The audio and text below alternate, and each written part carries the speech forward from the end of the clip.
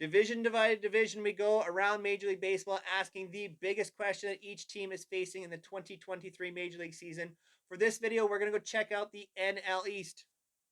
I don't need any merchandise from the NL East. Guess I better change that this season. Let's go. First up is the Atlanta Braves. Biggest question of the Atlanta Braves is the young talent going to continue to rise? Vaughn Grissom has a chance to establish himself in the major leagues this year as a shortstop. Can he hold down the fort at shortstop is a big question. Michael Harris III is out in center field. Can he continue to establish himself as an everyday outfielder? Spencer Strider is continuing to evolve as a starting pitcher.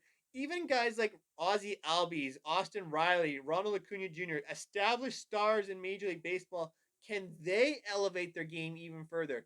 Maybe a guy like Max Fried has another level in the starting rotation. There's so much talent in Atlanta. The question is me, how are these young guys going to continue to gel on their way potentially winning another World Series championship? Look, the Mets spent a ton of money, $300 million type of money. The question in New York for me has to be, is the offense going to regress?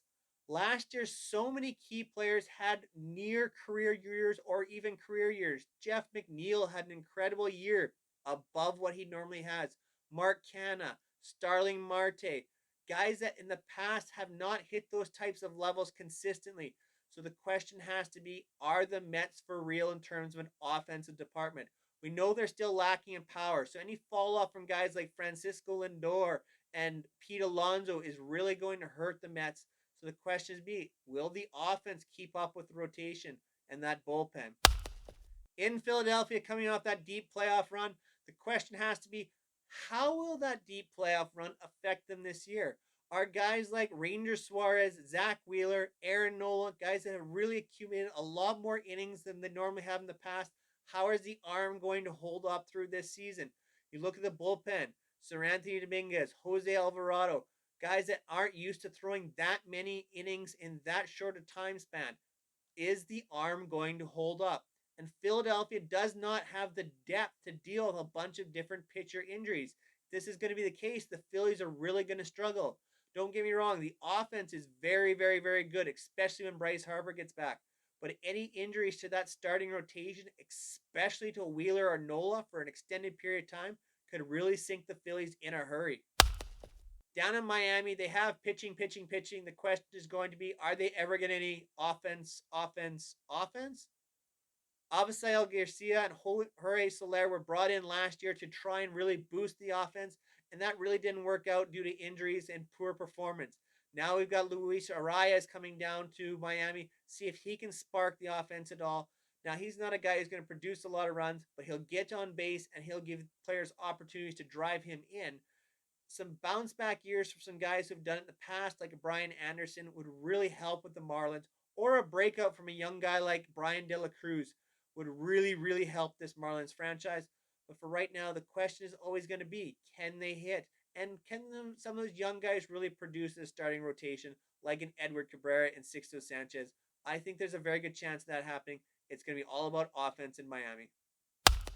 In Washington with the rebuilding Nationals, the question simply has to be, which of these young players can establish themselves in the major leagues? CJ Abrams, James Wood, Robert Hassel, Keibert Ruiz, all these young position players that the Nationals have brought in, can they find their game at the major league level and really develop and learn at that level? They brought in some nice veterans to mix in terms of Washington with their key rookies, but if the rookies can't develop or they're blocked at all by mismanagement, then I really question what they're doing in Washington. But if they can develop some talented young players here, there is a chance for some rise. And if the Nationals can sign some of these developed talents to longer-term contracts, that would really help for the future of baseball in Washington. Thank you so much for watching the end of another video here as we talk questions in Major League Baseball. I hope you're enjoying this content. Comment down below who you think is going to win the NL East this season. And as always, go check out some of my older videos. We're talking some fantasy baseball soon, so go check out one of my fantasy baseball videos from last year. I do it with my girlfriend Alexis. We have a ton of fun. We'll be doing it on the channel this year. Till next time, take care, everyone.